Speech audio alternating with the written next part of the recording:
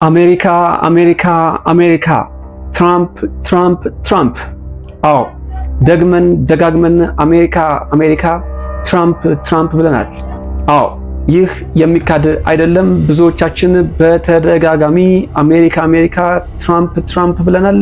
ምንም ውሸት የለውም።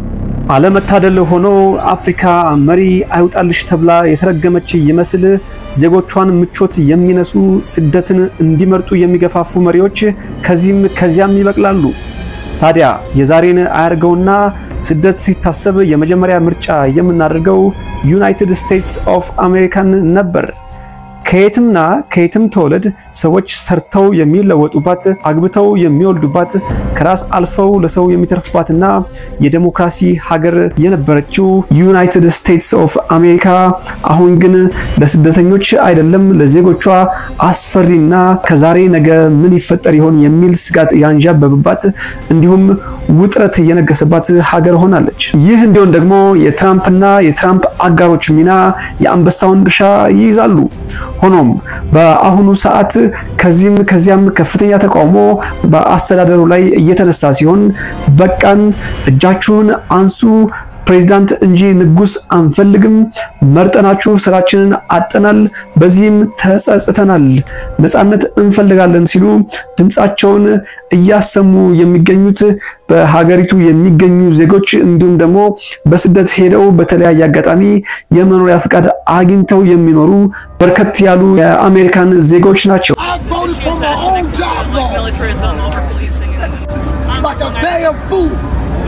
And I ain't ashamed to admit getting my PhD in Jersey. I won't do that again. ሁላችንም እንደምናውቀው በትዕቢት የተሞሉ ደሃን የሚጠየፉ ህዝብን የሚንቁ ሂዩማኒቲ የሚባል ነገር ፈጽሞ ያልፈጠረባቸው የነሱ ልጆች ጥሩ ምግብ ከበሉ ጥሩ ትምህርት ቤት ከተማሩ ለሌላው ዴንታ የሌላቸው እነሱ መንገድ አዘግተው በምቹ መኪናቸው ሽር ብትን ያሉ የዜጎቻቸው በፀሐይ መቆላት፣ በሰልፍ መሰላቸት፣ በመንገድ መዘጋጋት ምክንያት ለሚደርስባቸው እንግልት ፈጽሞ ጉዳያቸው ያልሆነ በተንጣለለ ቤተመንግስት ምንም ሳይጎልባቸው በጋርድ እየተጠበቁ መኖር ስኬት የሚመስላቸው ችግር ሲሰሙ የሚያንገሸግሻቸው እኔ ልወስንላችሁ የህይወት ካርታችሁ እኔ ነኝ የሚሉ ሙገሳ እንጂ ትችት ብሎ ነገር የሚያማቸው መሪዎች በበዛባት ዓለማችን አንድ እንቁ መሪ በቡርኪና ፋሶ ምድር ብቅ ያሉ ይገኛሉ። ስማቸው ኢብራሂም ትራኦሬ ይባላል። Introducing His Excellency Captain Ibrahim Traoré, the current military president of Burkina Faso. እኚህ ሰው አገሪቱን ላገለግሉ በርካታ ዜጎች የመኖሪያ ቤት እያስገነቡ ይገኛሉ። በጣም የሚገርመው ደግሞ የግንባታ ወጪው የሚሸፈነው ከሚኒስትሮችና ከፓርላማ አባላት ደሞዝ ላይ ተቀንሶ መሆኑ እጅግ የሚያስገርምና የሚያስደንቅ ነው። በ34 ዓመቱ ስልጣን ላይ የወጣው መሪ በሁለት ዓመት የሰራቸው ስራዎች ሌሎች የአፍሪካ ሀገር መሪዎች በ40 ዓመት እንኳን ማሳካት አልቻሉም እየተባለ ይገኛል። እኚህ ሰው 30% ከፓርላማ አባላት ደሞዝ በመቀነስ ለተራው የመንግስት ሰራተኛ 50% ጭማሪ ያደረጉ ብቸኛ መሪ ናቸው። ተንቀሳቃሽ ክሊኒክ አዘጋጅተው በመላው ቡርኪና ፋሶ በተለይ ደግሞ የገጠሩ ማህበረሰብ ሕክምና እንዲያገኝ እያደረጉ ይገኛሉ። በርካታ የአፍሪካ መሪዎች ጠይቀው እንኳን ማግኘት የማይችሉትን ከአይኤምኤፍ እንዲሁም ደግሞ ከወርልድ ባንክ ምንም አይነት ብድር አልፈልግም ያሉት ትራኦሬ በአሁኑ ሰዓት በቅኝ ግዛት ጊዜ የመጡና አሁን ድረስ በውትድርና የሚያገለግሉ የፈረንሳይ ወታደሮችን ወደ ሀገራቸው እየሸኙ ይገኛሉ። ትራኦሬ ፈጽሞ ምንም አይነት ብድር እንዲሁም እገዛ ከሌሎች ዓለማት አያስፈልገኝም፣ እኔው ራሴው ሀገሬን አስተዳድራለሁ፣ ህዝቡ መስራት ይችላል፣ ራሳችንን ማገዝና መርዳት እንችላለን ያሉ ብቸኛው የአፍሪካ መሪ ሆነዋል። What can be done during this transition we will do. What have they done to be unable to set up even a single refinery in the country? Because from there we will have cheaper tar. We will be able to build our roads. Do we enjoy wading through mud every day, every year when the rainy season arrives? While we have granite in abundance in Burkina, we have laterite. All that's missing is tar. If we try, we can do well and properly pave our roads and live well. There are so many things I can't list here. But these individuals must understand that it's over. The game stops here. It stops here. They have done enough for the country to find itself at war, and for people to end up dying. Others have no choice, are forced to collaborate with the enemy to earn their daily bread.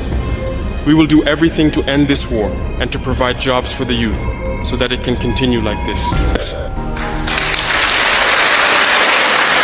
ከዚህ ቀደም በፈረንሳዮች ተይዞ የነበረው የወርቅ ፋብሪካ አሁን ወደ መንግስት እንዲተላለፍ ያደረጉት ትራኦሬ ወደ አውሮፓ ይላክ የነበረ ያልተጣራ ወርቅ እዛው እንዲቀር በማድረግ የተጣራውን ደግሞ በውድ ዋጋ እንዲገዙ እያደረጉ ይገኛሉ። ታዲያ አለመታደል ሆኖ አፍሪካ መሪ አይውጣልሽ የተባለች ይመስል እኚህ መሪ ከ15 ጊዜ ባላነሰ የግድያ ሙከራ ተደርጎባቸዋል።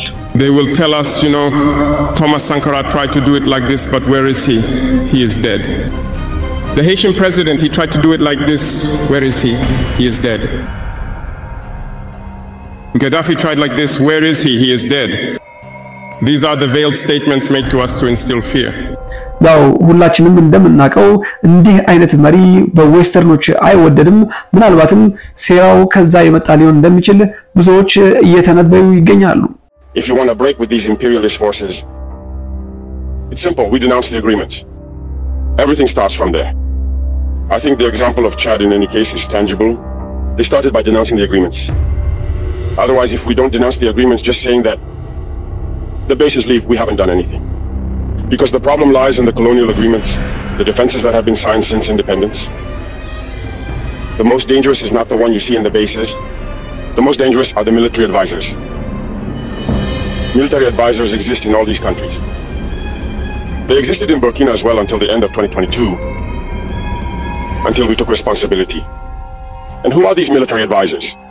They are the ones who are supposed to implement France's policy here. They must work to make our armies very weak so that France can always have the argument to exist here. Under their influence, they had succeeded. Our sentinels were therefore standing guard with sticks. That's what France wants from our armies. When we reach this stage, we have no choice but to want them to come and settle.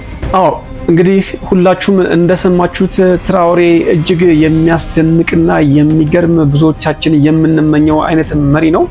ምናልባትም እንግዲህ ወደፊት ተመሳሳይ አይነት መሪዎች አፍሪካ ላይ ይበቅሉ ይሆናል። የምንሰደድበት ሳይሆን ስደተኞች ወደ ሀገራችን የሚመጡባት አገር ትኖረን ዘንድ እየጸለይኩ እናንተም ሐሳብ አስተያየቶቻችሁን በኮሜንት ሴክሽን አስቀምጡልኝ። አብራችሁኝ ስለነበራችሁ እጅግ አድርጌ አመሰግናለሁ። ይህ ሳሚ ቲዩብ ነው። ታዲያ ላይክ፣ ሼር፣ ሰብስክራይብ ማድረጋችሁን አትርሱ። ጤና ይስጥልን።